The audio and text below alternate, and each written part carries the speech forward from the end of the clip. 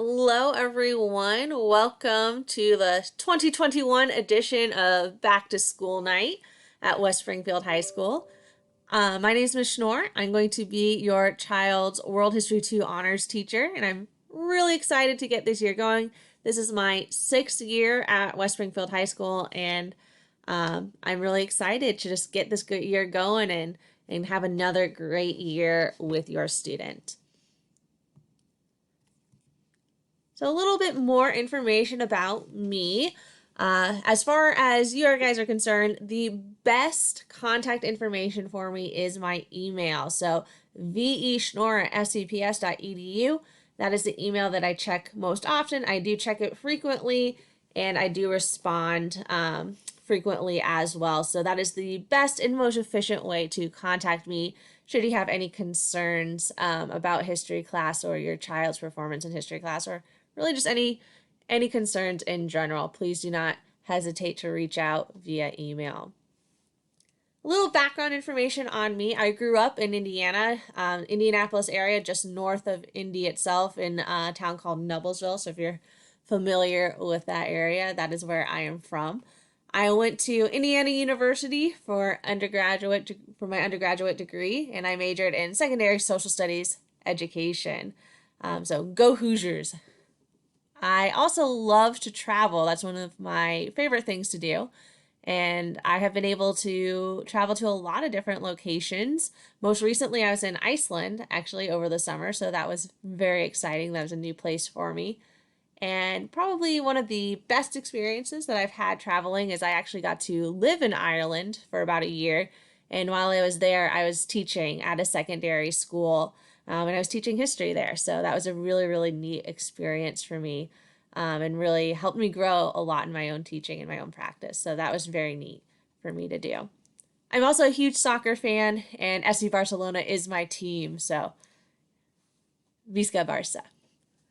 Your child is in World History 2, and essentially World History 2 picks up right where World History 1 left off, and we're going to be starting with the European Renaissance. So right around the year 1500 is where we are starting, and we're going to cover all of world history to the present day, or at least the major topics, right? So this is a survey course, so we are going to be looking at a lot of different topics throughout that time period. So things like the Renaissance, Age of Discovery, Age of Revolutions, Industrial Revolution, both of the world wars, all the way up again to the present day. So a lot of fun stuff we get to cover in this class. This class is also an honors level course, and what that means is that although we will be covering the same content material as all the other World History 2 classes, we are going to go a little bit more in depth and kind of get into some more complexities with that material. We will also be focusing a little bit more on writing, especially historical analysis writing and DBQ writings. And DBQ stands for document-based questions, which is a very historical practice type of writing there, where we're working with primary source documents and writing essays with those and working with those documents. Also, at the honors level, our projects are going to be a lot more application-based. So can students take what they've learned in class and apply it to new situations? That's what most of our projects are going to be based on in an honors level class. As far as class organization, I'm going to be using Schoology this year. And Schoology has different folders within it. And within those folders, that is where you're going to be able to find all of the class materials for World History 2. I have organized those folders based on unit. So right now, the only folder up there is your Unit 1 folder, along with the course information folder, which has the syllabus and visible learning guides. And of course, the Back to School Night folder, which you access to see this video.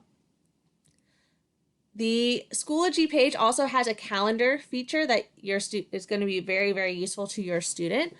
And the calendar feature will allow students to see when all their assignments are due. So even if a student is expected to turn in a assignment via hard copy, handwritten assignment, or whatever that may be, I will put a notification on their calendar so that they know this assignment is due that day, and they can just have all of those assignments appear in one place. Another thing to note is that the gradebook of record will be SIS, and you should be able to access SIS via your parent account. So whenever you want to check on your child's grade, go to the SIS account and check that gradebook there. Schoology does have a gradebook feature, but I will not be upkeeping that gradebook. Instead, the SIS gradebook is the gradebook of record.